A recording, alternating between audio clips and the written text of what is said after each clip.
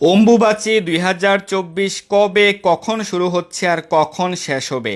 আজকে আমরা অম্বুবাচীর সময়সূচি জানবো এবং অম্বুবাচীতে কী কী করবেন, কী কী নিষেধ এই সম্পর্কে জানবো এবং অম্বুবাচীতে কি জগন্নাথের স্নানযাত্রা অভিষেক পূজা করা যাবে কিনা সেই সম্পর্কে জানবো। এই বছর ২০২৪ খ্রিস্টাব্দের ক্ষেত্রে অম্বুবাচী কখন শুরু হচ্ছে? ভারতের সময় অনুযায়ী ২২ জুন শনিবার সকাল ৮টা ৪৩ থেকে শুরু হবে এবং ২৫ জুন মঙ্গলবার রাত্রি ৯টা ৮ পর্যন্ত থাকবে অম্বুবাচী। এবং বাংলাদেশের সময় অনুযায়ী এই ২০২৪ খ্রিস্টাব্দের ক্ষেত্রে ২২ জুন শনিবার সকাল ৯টা ১৩ থেকে ২৫ জুন মঙ্গলবার রাত্রি ৯টা ৩৭ পর্যন্ত অম্বুবাচী পালিত হবে। তো চলুন জেনে নেই অম্বুবাচী কি। অম্বুবাচী শাক্তমতীয় বাৎসরিক লোকাচার। সৌরপঞ্জিকা অনুযায়ী সূর্য আষাঢ় মাসে মিথুন রাশিতে প্রবেশ করলে বসুন্ধরা মাতা ঋতুমতী হন বলে ধারণা করা হয়। এই সময়ে প্রচুর বৃষ্টিপাত হয় এবং ধরিত্রী উর্বরতা লাভ করেন বলে ধারণা করা হয় এবং এই ৩ দিন কৃষিকাজ বন্ধ রাখা হয়। কিন্তু অম্বুবাচীর কোনো শাস্ত্রীয় উল্লেখ নেই, কোনো স্বীকৃত শাস্ত্রের উল্লেখ নেই। তবে কামাখ্যা দেবীর মন্দিরে এই অম্বুবাচী উৎসব পালন করা হয়। তবে অনেকে এই ৩ দিন বা ৪ দিন পূজা, জপ, গ্রন্থ অধ্যয়ন, শাস্ত্র অধ্যয়ন, রান্না প্রভৃতি নিষেধ বলে প্রচার করেন। এসব ভগবানের নিত্য সেবার ক্ষেত্রে প্রযোজ্য নয়। ভগবানের সন্তুষ্টির জন্য আমাদের প্রতিদিন ভগবত নির্দেশিত পন্থা অনুসরণ করা উচিত।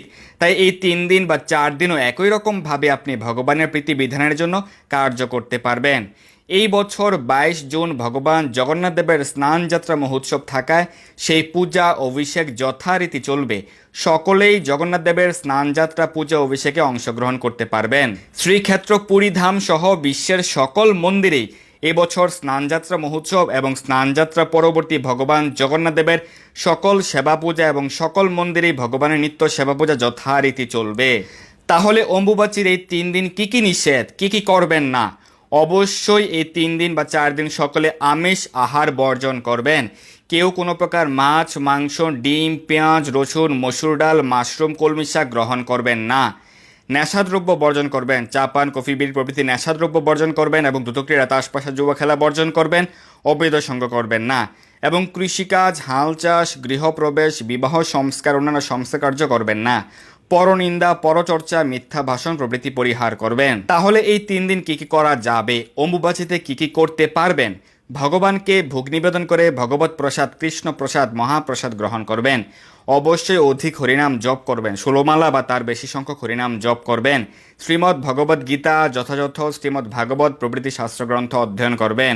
ব্রাহ্ম মুহূর্তে শয্যা ত্যাগ করে স্নান করে প্রাতঃস্নান করে মঙ্গলারতি এবং হরিনাম জপ করতে পারেন।